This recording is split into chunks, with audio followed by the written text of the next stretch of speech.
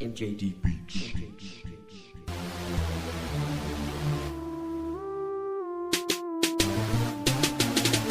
Live on the National Sports Studios from Spreaker.com, you are listening to In the Paint with Jordan Hunter and your host, Cameron Sadeghi. Hello, everyone, and welcome to In the Paint with Cameron Sadeghi and Jordan Hunter. We have a great show for you today. NBA In the Paint. The finals matchup is set. We are all ready to go. Spurs, Heat, rematch all over again. Jordan, was this the matchup that you've wanted for this entire year? No, I never pictured, nor did I want a Heat-Spurs finals. If I looked at my bracket downstairs, it said Pacers-Thunder. It's a little far-fetched, but the reason I had it was because I looked at the Thunder and I looked how they easily handed the Spurs 4 losses during the season. I'm like, okay, that should be enough to maybe, get them. Maybe they can win in 7. And then I looked at the Pacers. I thought maybe, I didn't know, this was before they had any of their postseason struggles. I thought they'd get it buttoned up in the postseason and maybe, turn their team back to the team they were at the beginning of the season. I didn't expect this, but I'm happy that, because I'm not a Heat fan, so any team that has actually a decent chance to take them down, I'm happy for them. Oh, so you kind of are a Heat hater. I wouldn't say, I just don't like them. It's not a team I like. I'm not a fan of Wade. I'm not a fan of LeBron. I like Ray Allen, but that's pretty much it. Okay. Well, I think this is a great matchup. I said Heat Clippers before the year. I said Heat Clippers or Heat Spurs.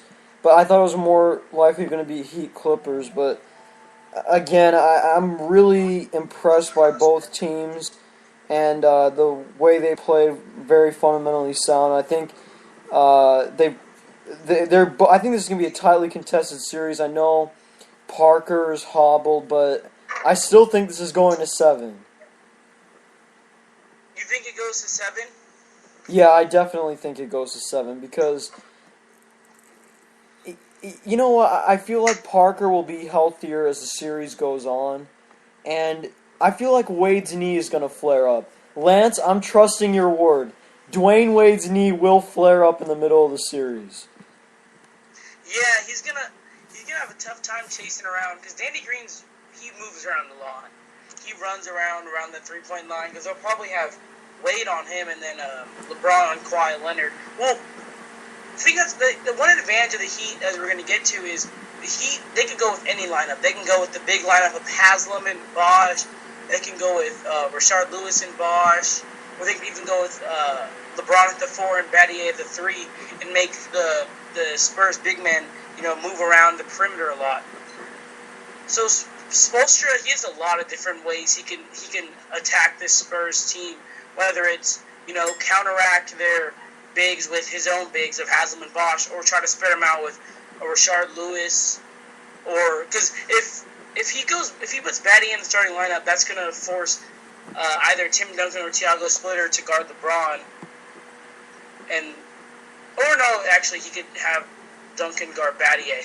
But either way, I think Spoelstra has probably the slight advantage on lineups. But tell me this, who?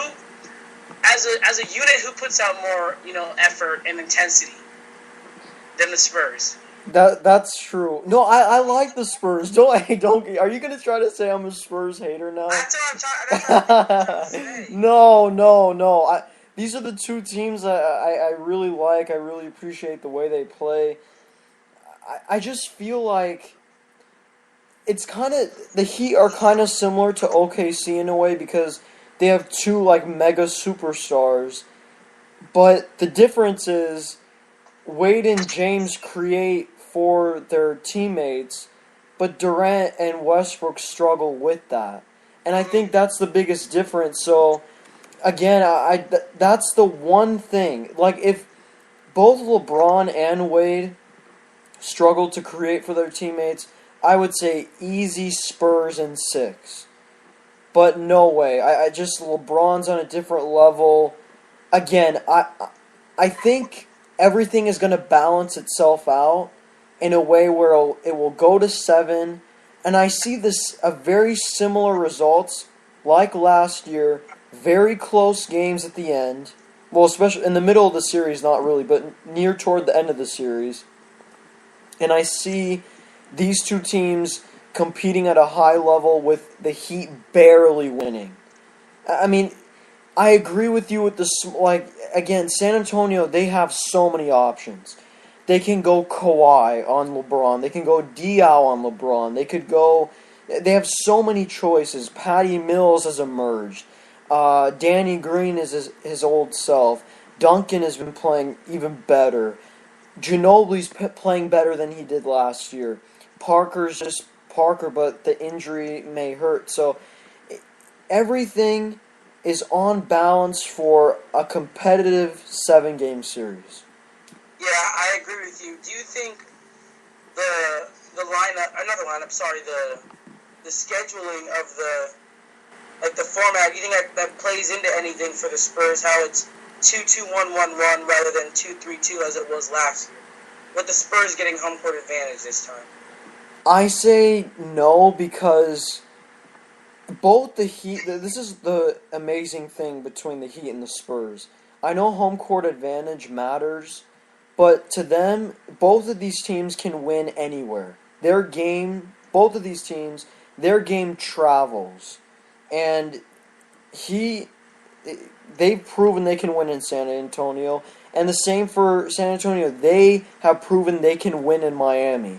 It's not a matter of home court. Now, if you said Indiana made the finals, we know how much they love home court. They're crazy about home court. OKC is crazy about home court. Then I would agree with you. But these two teams, they can play anywhere. They can win at Rucker Park. They can win at Venice Beach. It doesn't matter. They win everywhere they go. So you're saying San Antonio wins anywhere, but they didn't. They lost 2 games at OKC. But they won game 6 in OKC. So they won in a hostile environment. Overtime, backs against the walls, but they proved to everyone again that they know how to execute in key situations. That's typical Spurs basketball. How much do you think coaching will be a factor? I think it's always a factor, but again, you have the best player in the world on the Heat side, and then that balances itself out. But you have a very veteran team in San Antonio with a great head coach. You know what? We don't give enough credit to Spoelstra and how great he is as a head coach. Come on. You don't think he's a good head coach? He's a good coach, but I don't give him as much credit as I give, say, a Popovich or a Doc Rivers. Do you think he's a top 5 head coach in this league?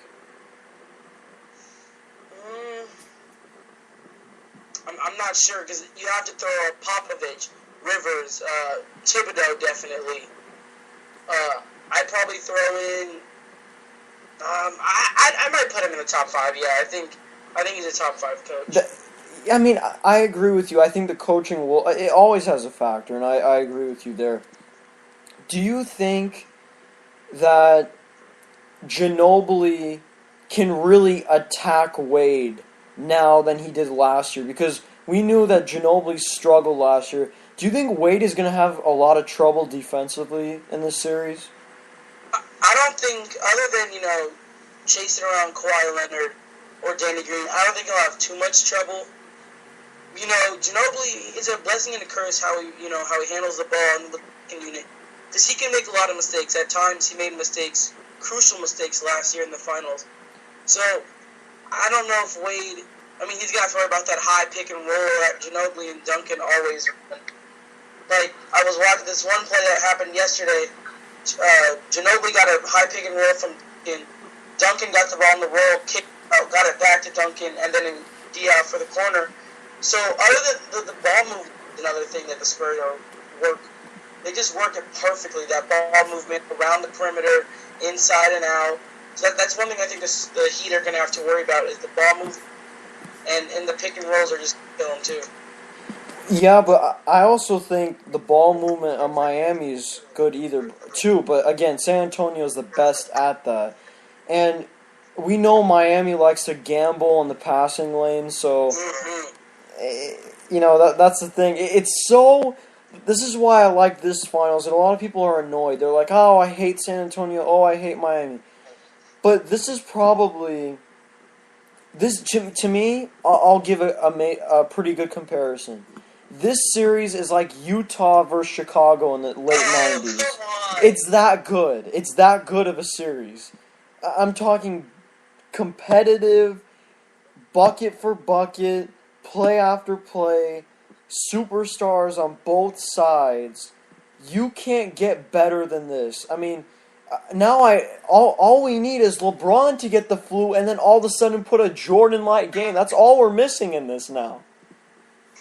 And what I like about the series is it's not like the Pacers Heat. It's not, these teams don't hate each other. These teams have a lot of respect for each other. It's going to be a clean game. No one's going to throw a punch. No one's going to blow in the ear. No one's going to cup someone's face. No one's going to slap anyone.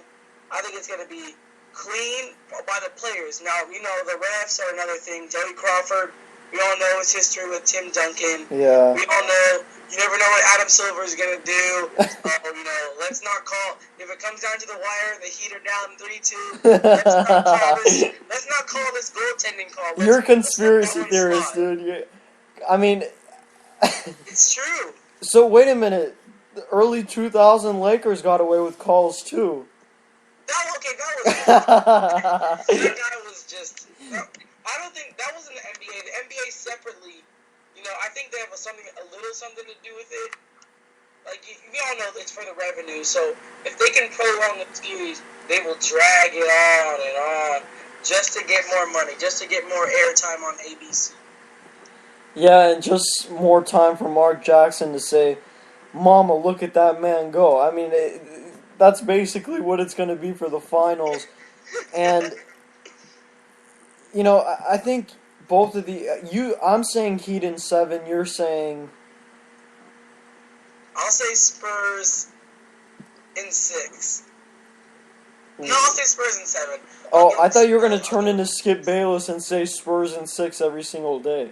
Because that's what he says every single time on his Twitter account. Anytime you go on Skip Bayless's Twitter account, every day it says Spurs in 6. Spurs in... It's like, dude, we know you picked the wrong pick. Don't keep reminding all of us. Oh my god. That's true. So, let's move on to Lance Stevenson. Big part of the Eastern Conference Finals for his antics. We all know he blew in the ear of LeBron James, which was uncalled for and unnecessary. We all know that. Do you think the Pacers organization is fed up with him? He's 20. He's young, but do you think they're fed up with him? And he's a good player, but some things he does are just puzzling. Yeah, it's kind of ridiculous what Stevenson's been doing. Okay, this is what I think. Honestly, he reminds me of Rodman, but the difference between him and Rodman was Rodman tried to propel his team, and I feel like Stevenson became too much of a distraction. Like, you gotta know when to not cross the line. Like, Rodman knew that line. He really did. Yeah, I agree with you. And they were interviewing Paul George the other day and asked, "Do you want to play with Stevenson next year?" He totally dodged the question. He's like, "Yeah, I don't know, man. Let's leave that to the front office." I think the development of Paul George kind of depends on whether Stevenson's there or not. I remember a couple shows ago we were talking about him and how, he said he could go to Milwaukee. Oh my! He'd be throwing lobs at Antetokounmpo all day long. We know that. But I do think a team like maybe Milwaukee or a team that's on the up maybe, or like a Utah could say, "Hey, we'll give you 3 years, $45 million, 3 years, $40 million, because that's what some are saying he's worth." don't know if he's a good player. We all know that he can dribble the ball, he can get to the basket, he can play defense. But for a team that's trying to make the finals, or at least be better than the Heat as the Pacers are, I think he's detrimental to the team. Yeah, and I have to say this. I thought about this, and somebody asked me about this, and I said, why not have Hibbert and Stevenson go to Philadelphia? Whoa. Okay, just imagine what that could be like. Honestly, I think Philly would be willing to give into that, and Indy gets a top 5 pick. So, if you're Indiana, I think you really think about that. How about this? How about something like this? You package a deal for with your Celtics, sending away. Let's see. Send away like Jeff Green and Avery Bradley. Okay. You know Avery Bradley's not happy. You know. Yeah. Okay. And Indiana sends him Lance Stevenson. There you go. No, you can't just send. Again, I think Jeff Green's and important. George Hill. Sorry, we'll go George Hill. No. He's a solid starter. No, give me Stevenson and Hibbert. If you're gonna, no, we'll give you a first round pick. But if you're gonna give away Hibbert, I think the Pacers immediately would want a center in return. Well, then go get Embiid in the draft. That 6th pick isn't a center. That 6th pick is probably because there's no centers at 6 unless you draft someone too high. Okay, I have something ridiculous to say. What if Cleveland is on the pursuit for LeBron, and they're willing to get Stevenson and Hibbert for the first pick in the draft? Hibbert. Okay. I don't think Indiana would do that at all. Why? You'd get the first pick in the draft in a top-heavy draft. How about Stevenson and Hibbert for the first pick and throw in Dion Waiters? I think Cleveland would do that. I think Cleveland would do that in a heartbeat because LeBron would be willing to come. Yeah, I think LeBron would, and Indiana in return gets a number 1 pick who they could use on Embiid. You get Dion Waiters, who you can throw into the starting lineup immediately, and him and Paul George. That's just a dynamic duo right there. Yeah, I agree, and I think to me, Indiana, I feel like Hibbert's just not the choice. I mean, he is totally unhappy. He doesn't play with the enthusiasm like he used to. He's just so lethargic on the floor. It's almost like he doesn't feel like he belongs there, and I think he needs a new home in Cleveland. Yeah, I think you're right. Oh my gosh, him and Kyrie Irving. So much dancing with the basketball. Oh my God. Lance dance and then the bus driver, Kyrie, trying to do it himself. It's going to be fun. It's going to be kind of bumpy the first half of the season, but it could be amazing. Maybe Kyrie gets Stevenson in the next Uncle Drew commercial. Hey, Stevenson is all Hollywood. He wants to be in the Pepsi commercials, in the Gatorade commercials. He wants to steal the Powerade commercials from LeBron and maybe even, the Sprite commercials from LeBron. So I think Stevenson wants all in for Hollywood. And I know we didn't plan for this, but I have to ask you this. Is Westbrook to the Lakers a real possibility? When? Like, in a few years? I'm saying, like, near future. I don't know what Westbrook would be thinking, like his mentality. Is he thinking, do I stay with Durant, who's probably could be the best player in the world in 2 years, and, try to stick it out with and try to get a ring with him? Or do I go solo and try to be the best player? Because I'd probably say on 60% of other teams, he's the best player. Because he's a top 10 player.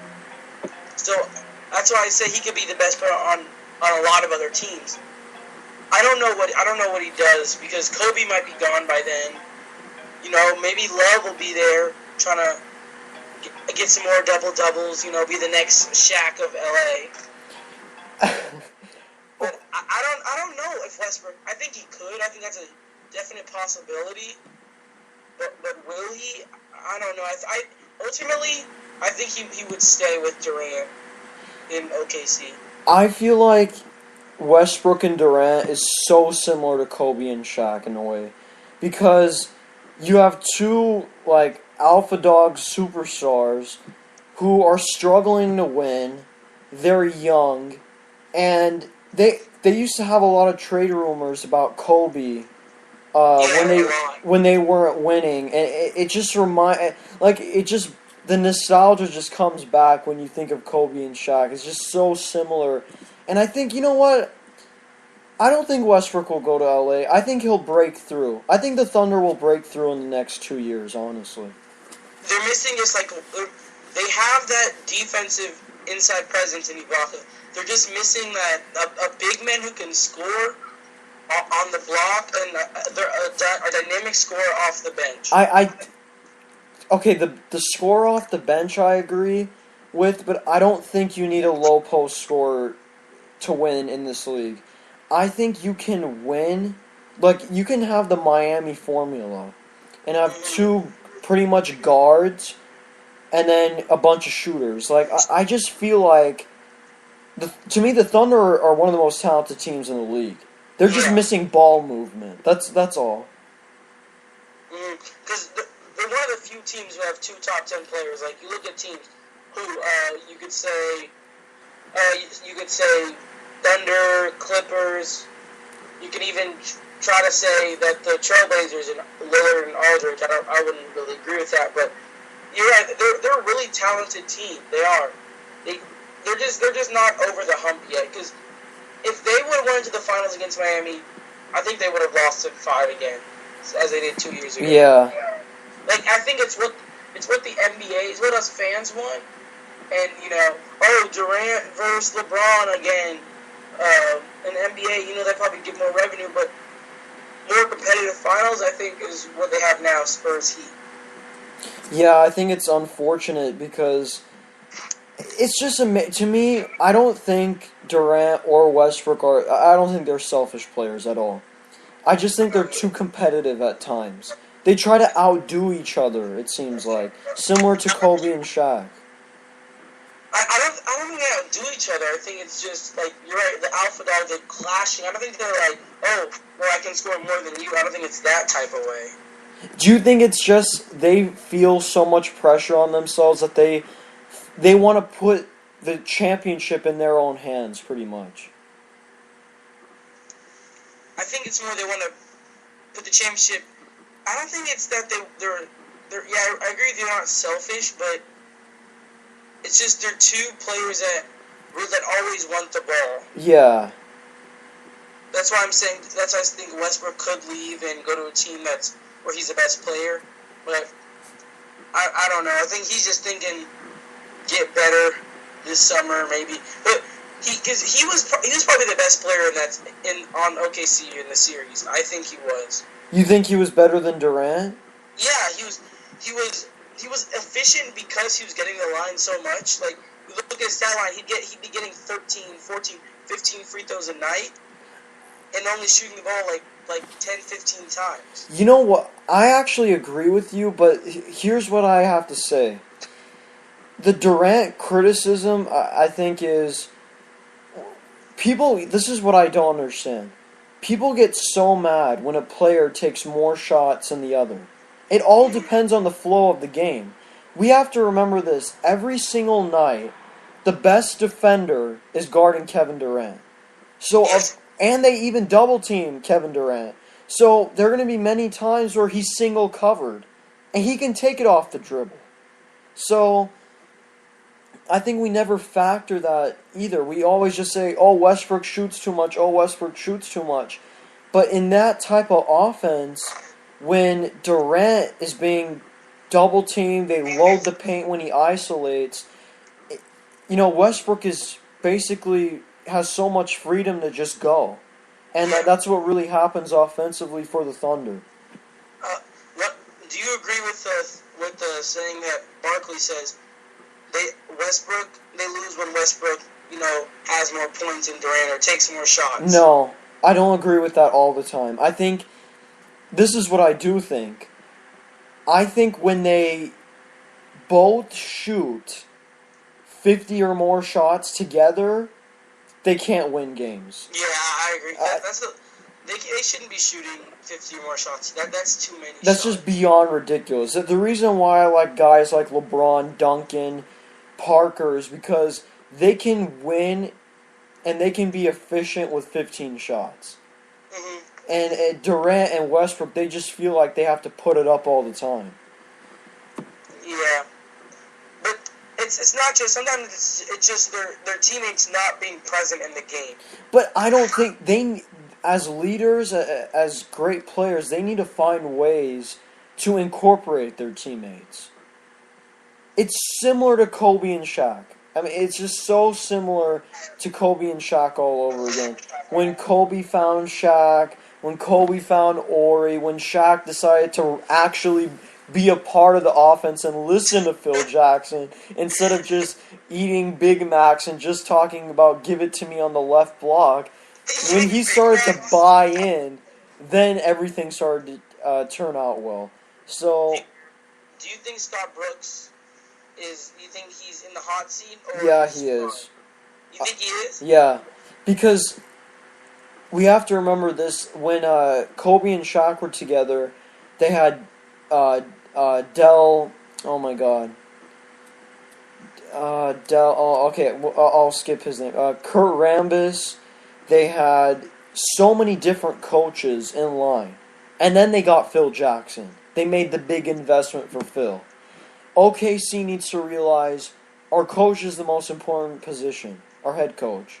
We need to invest big to win. We need to invest for a Lionel Hollins type guy as our head coach. And I think that's where they need to head to go. I like Scotty Brooks. I wish the best for him. I don't like to see people fired, but I think the Thunder want to win. They need to go in a different avenue. Yeah, like we've heard the players say, "Oh, he's a great coach." Westbrook saying, even people saying I was selfish, he stood by me and defended me. We haven't heard anything from the organization. Now, that's similar to what happened with Mark Jackson. We were hearing, oh, he's a great coach, great motivator. Next thing you know, Mark Jackson fired.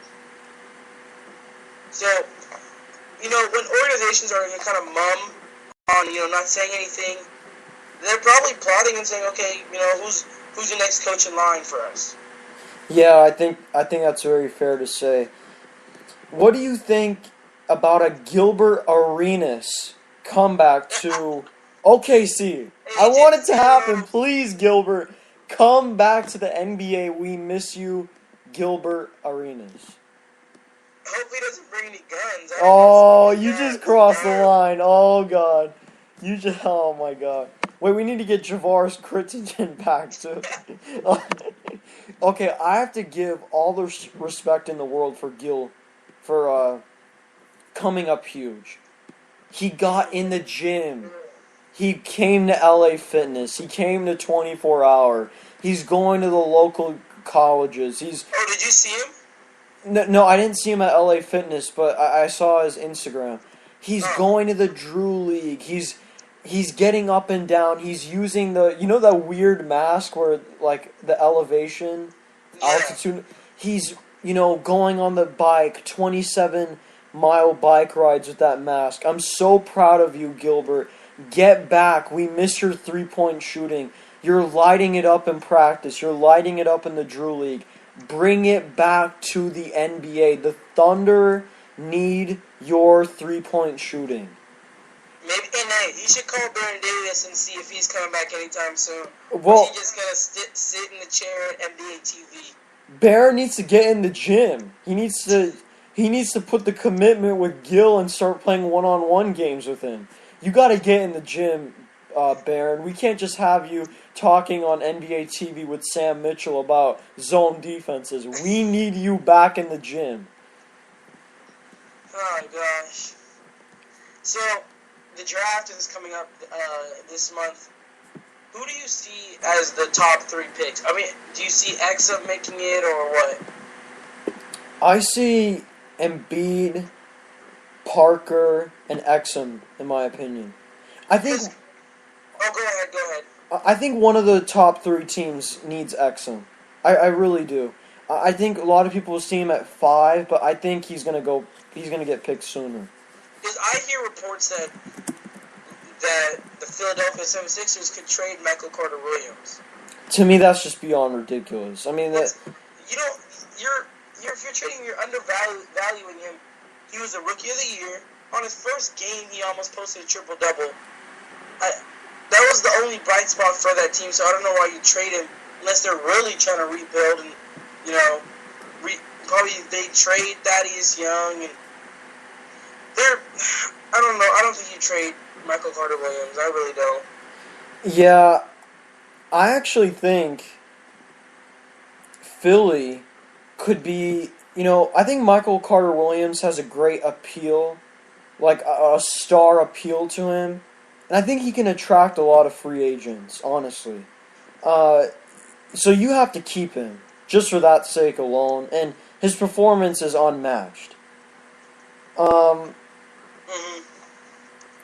lot of people think Orlando could get Dante Exum at 4. Do you think that's a possibility, or do you believe in the Jameer campaign? Oh no, not Jameer in the Oladipo. I think Jameer's days are numbered. I think just out of loyalty and respect, they were starting him when they know they should have been starting Oladipo down the stretch. Because Oladipo is coming off the bench every game, and Jameer would be starting. But at Exum I wouldn't get Exum at 4 for Orlando, because you already have Oladipo and they play similar positions. And you don't want to keep sticking your high lottery picks on the bench. Yeah, I agree there. You know what? And I've talked to this, like, whenever people talk about... Go ahead. I was going to say, but the one way they could draft him is if they package,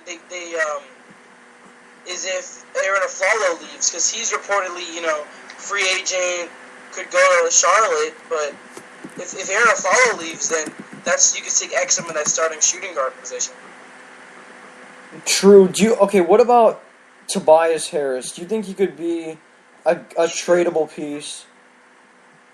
I think he could be tradable, yeah. He comes off the bench so that he kind of loses a little values coming off the bench. I think you won't get much for him. I don't think you get much for him, but as an Orlando team, I think you keep him. I think he's a lockdown defender. I really do. I think a championship team could use him.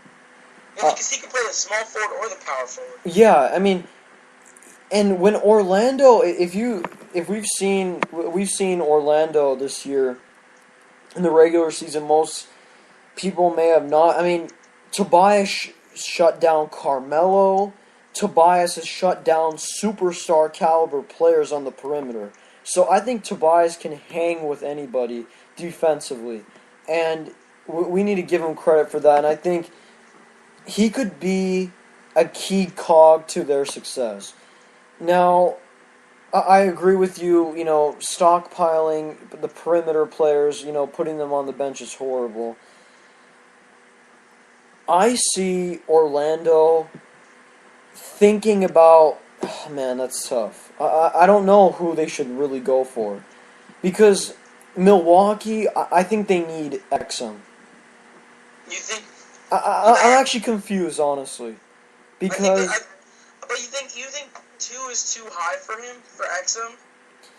I think if Cleveland, they're saying they get Embiid, I think Milwaukee's just going to be too blind and say, okay, we have Jabari or Wiggins.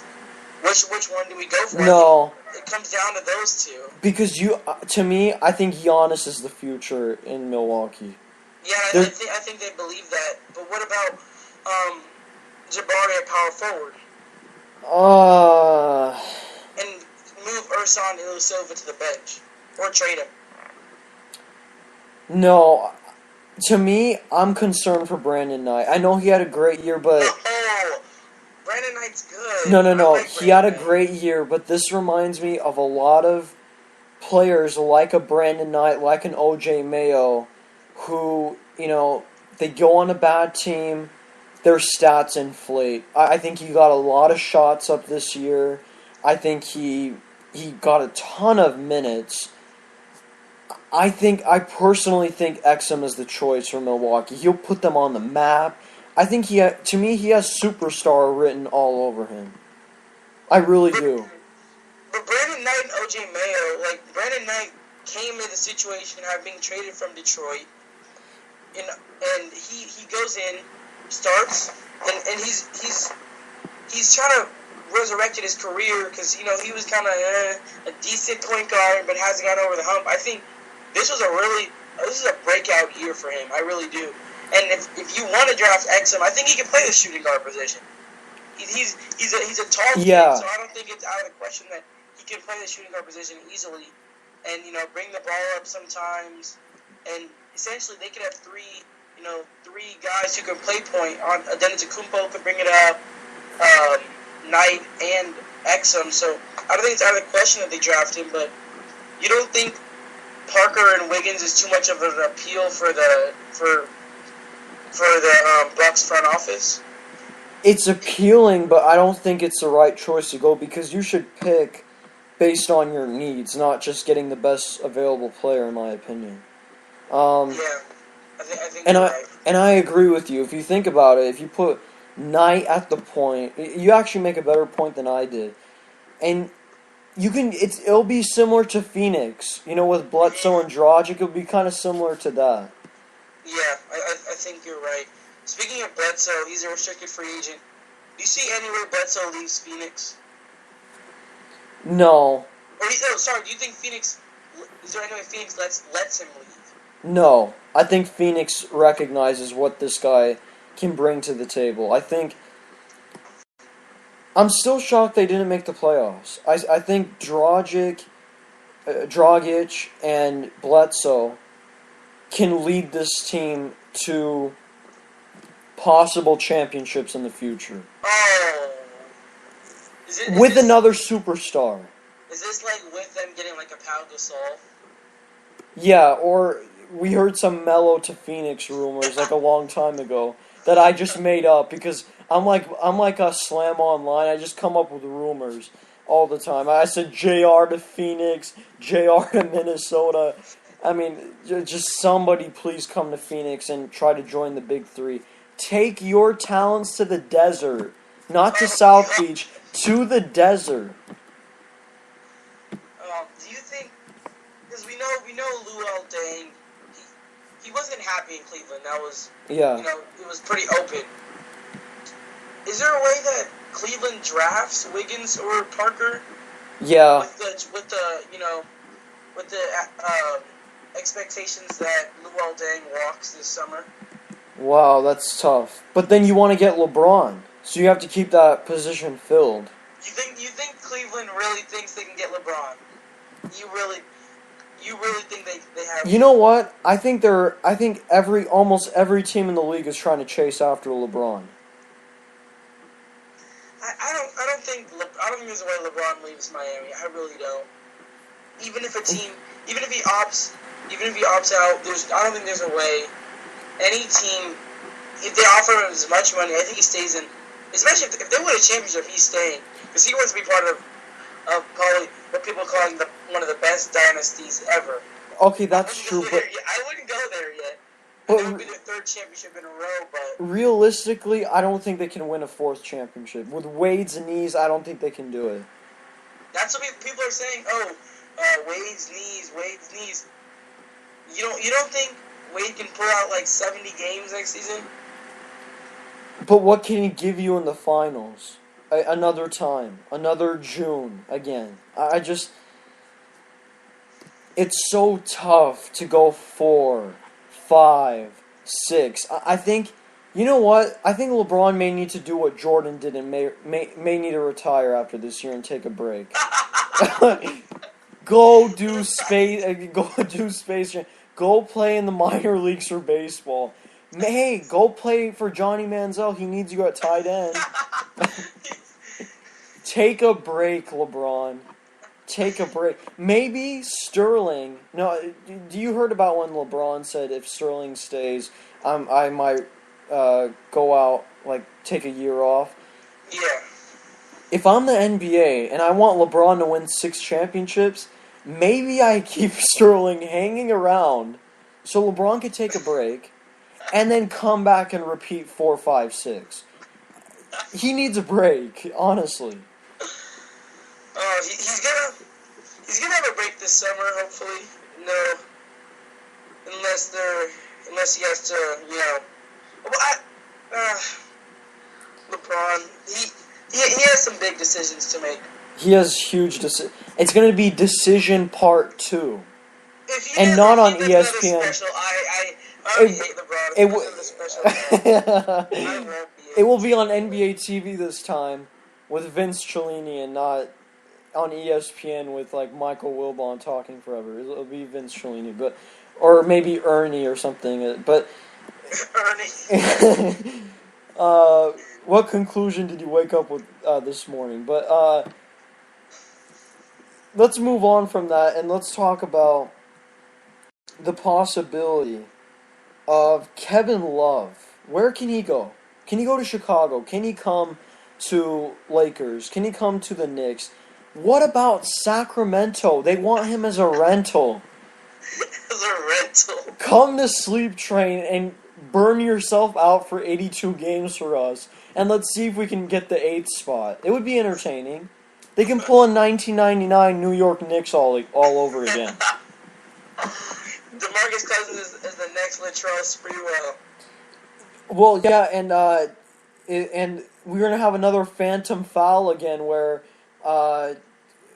Kevin Love turns into Larry Johnson and continues to absorb protein shakes, and then we'll get another Allen Houston and Isaiah Thomas. It'll be great for the NBA. I don't know what scenario the Kings will get Love unless they trade away DeMarcus Cousins, or maybe they trade Rudy Gay in their first-round pick. I don't know. Maybe they package a deal with Rudy Gay, Isaiah Thomas in the first-round pick for Love and Corey Brewer or something like that. Do you think this is all Shaq's idea? No. I don't think it's... Shaq's over on TNT doing halftime shows. I don't know where these rumors are coming from, but like you said with LeBron, I think every team wants to try to get Kevin Love. Because there's really no negative side to him. He's a great rebounder. He can shoot 3-ball. He's somewhat efficient. He for a 6'10" big man, he gets assists. So I think he's a perfect package of a player. I think he fits more ideally in, like, maybe a New York system where their coach, whoever it is, and Phil Jackson just let him roam around, pull up threes from 30 feet out. I see that type of scenario if Kevin Love goes to the Knicks. What about, to me, I think Chicago really is the best fit. I mean, you'll have a Noah Love down low, high low, and then with the possibility of Rose and maybe even Melo. Oh my God, I think that's just another super team that can just shock the world and maybe challenge the dynasty of Miami. If you have Love, Melo, Rose, and Noah, that's a champion. Bearing any Rose ACL injuries, any Joakim Noah, outbursts, that's a champion. That is a clear-cut championship team. Those 4 players. That's more unfair than the big 3. Yeah, or could they be another Gary Payton, Karl Malone? We hate you, everybody. We're gonna go to the finals and lose, or I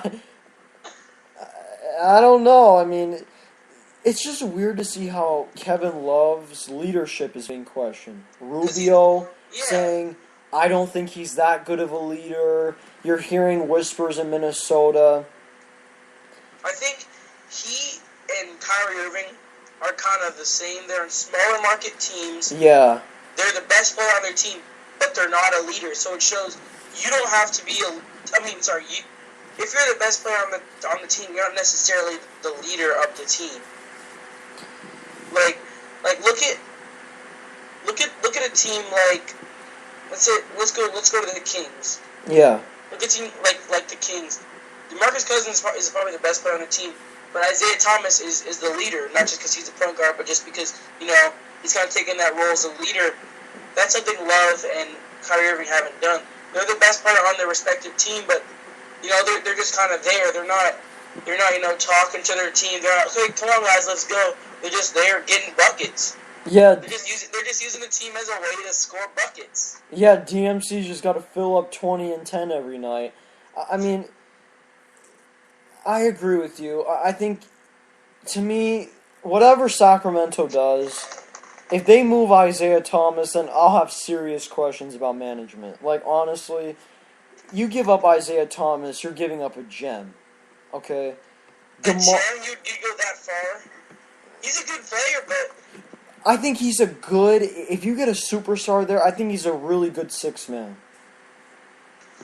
Yeah, I think you're right.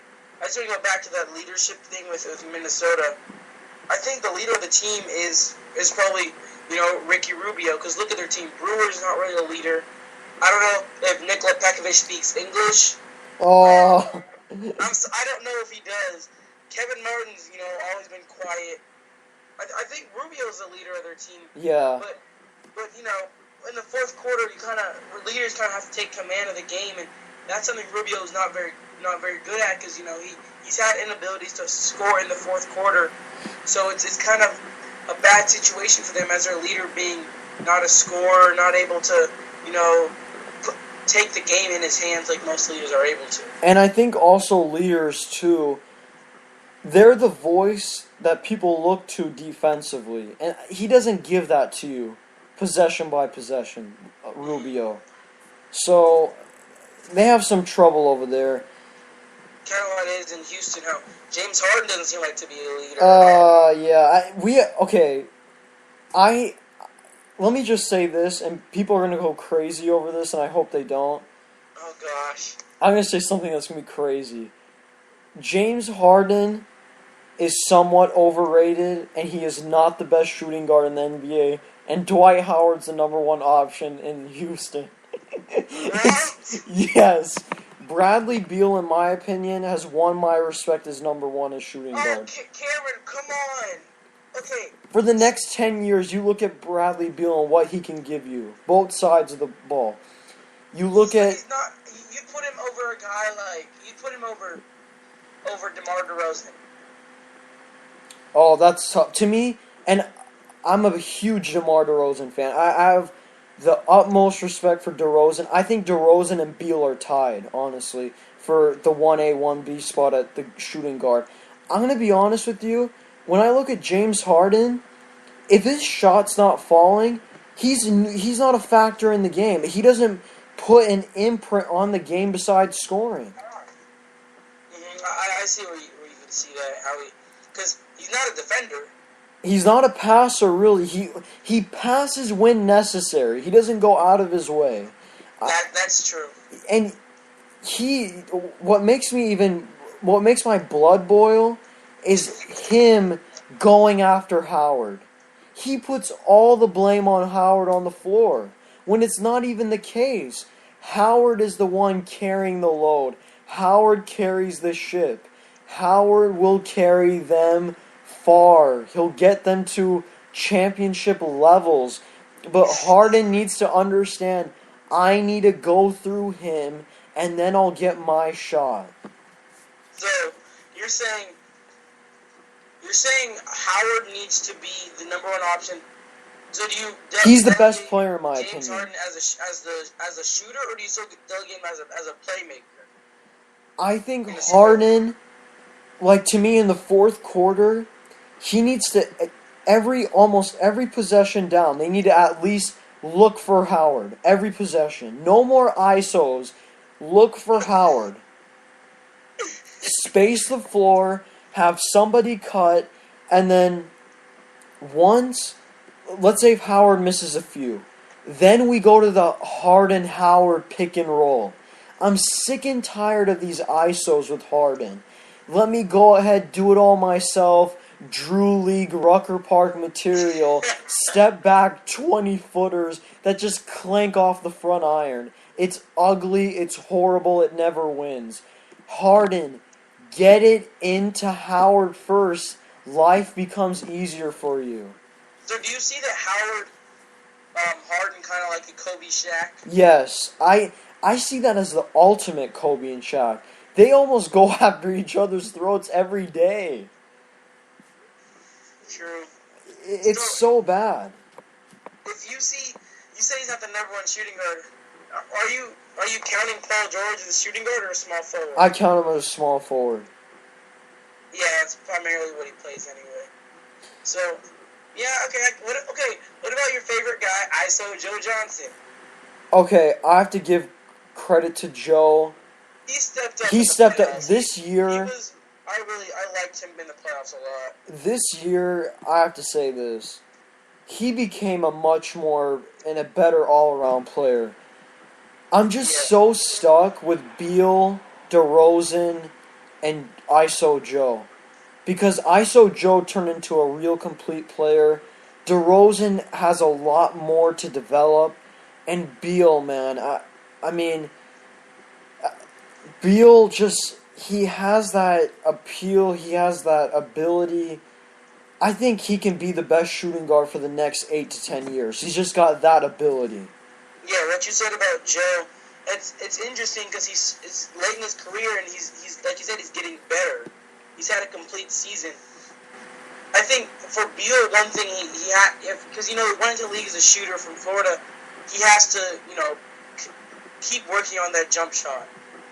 Because we all know John Wall, he can get to the basket anytime he wants, and Beal's out there on the wing or the corner, ready for the three, and sometimes he's not able to capitalize on open threes. So I think if he can work on that 3-point shot, I think he can be up there as one of the best shooting guards. What about your boy?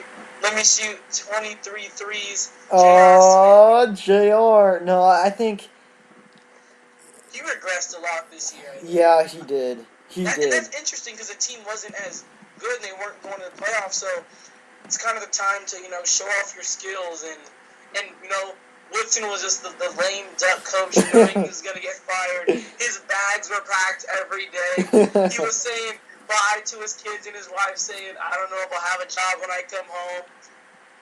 So I thought that would be the time for J.R. Smith to just go bonkers, which he kind of did, but not really in a good way. I thought he showed off too much, and I get what you mean by the show off part, but you can't go hero ball, all wild, all nightclub, all me. Who cares about everybody else? I think that's what JR turned into. But your point about Mike Woodson, he was packing his bags to Atlanta so he can go talk with Rick Kamla about how great Miami is or how great Indiana is and how his team was horrible. So that's what he was doing. He was packing his bags to Atlanta so he can talk with all the former head coaches. Yeah, I see Mike as an assistant. Do you see him as an assistant? Yeah, I see him kind of like as an Alvin Gentry role. Yeah. Elite head assistant of a team, but not necessarily the head coach. But if the coach has to go somewhere, family matters, I think he can step in and be a good coach for a game or two. But I don't see him as a head coach. I'm worried for his health.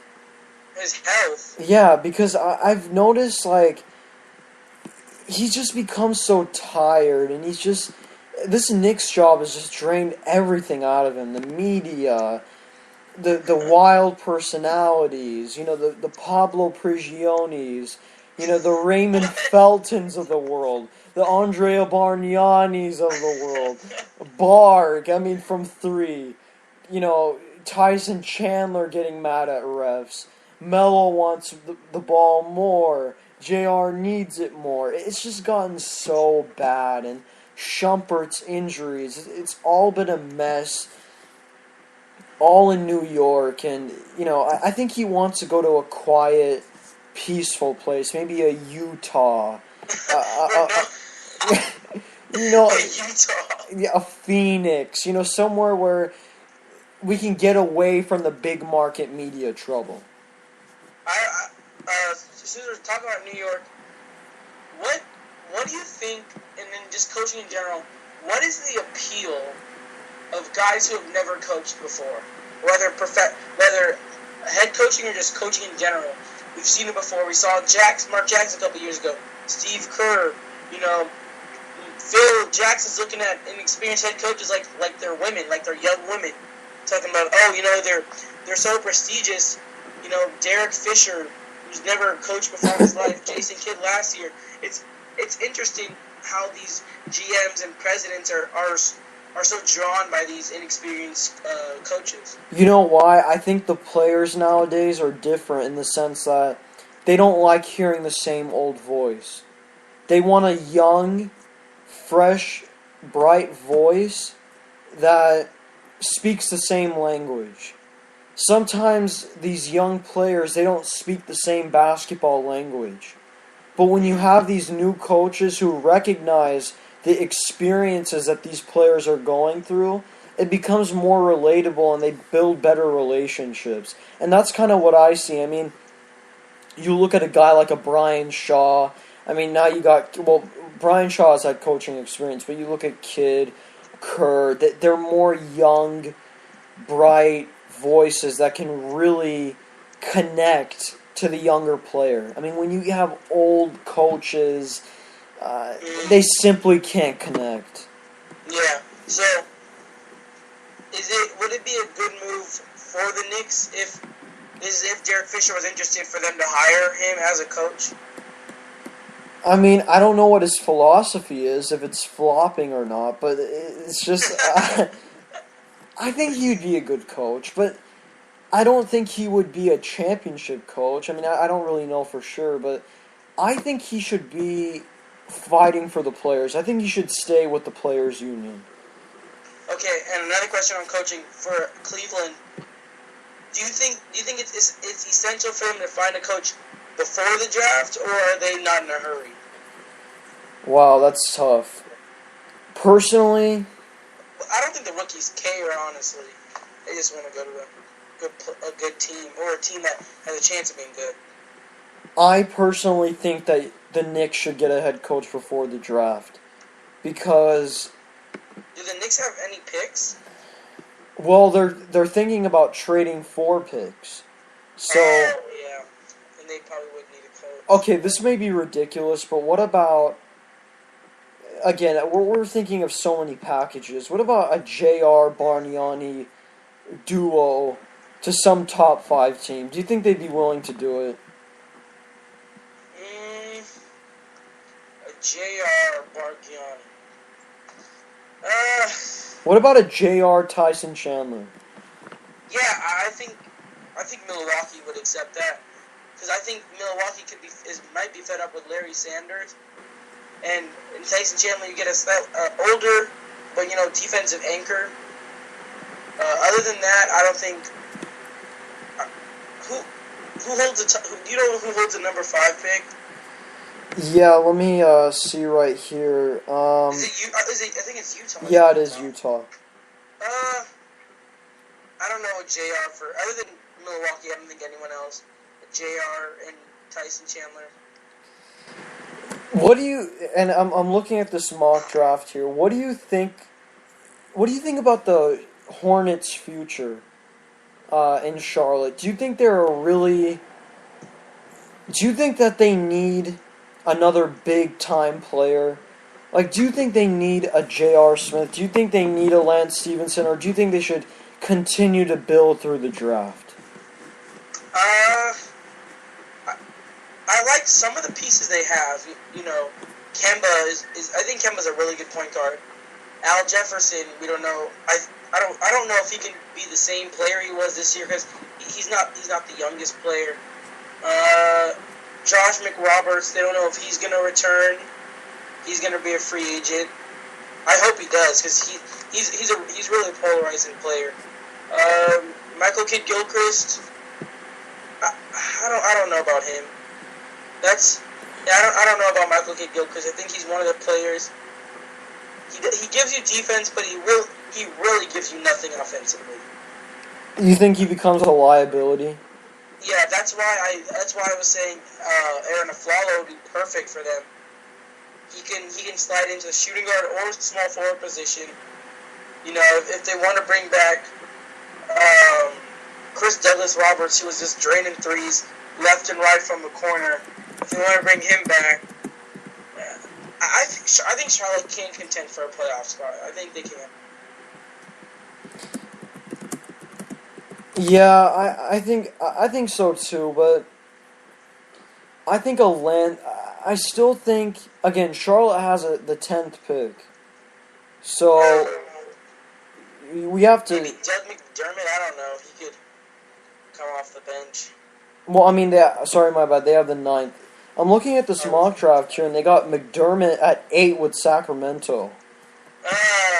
Sacramento may trade their pick for a veteran. That I've been hearing. It's going to be so interesting in this draft. I mean, if you look at these teams, like a San Antonio, they really, honestly, like, if they want to continue their dynasty in their future, I mean, their championship years, they may have to go, with younger and superstar players. And that'll be interesting to see. But do you have anything to talk about? I mean, we pretty much talked about everything except LeBron's Slurpees or LeBron's app. LeBron's app. We pretty much talked about everything here. Yeah, I think we have. Go Spurs. I'll just say go Heat. No. I'll be like ESP. I'll be like Stephen A. Smith. I love you, Dwayne Wade. Please win, please win. But we're gonna go in the paint. Cameron and Jordan. We'll see you next time.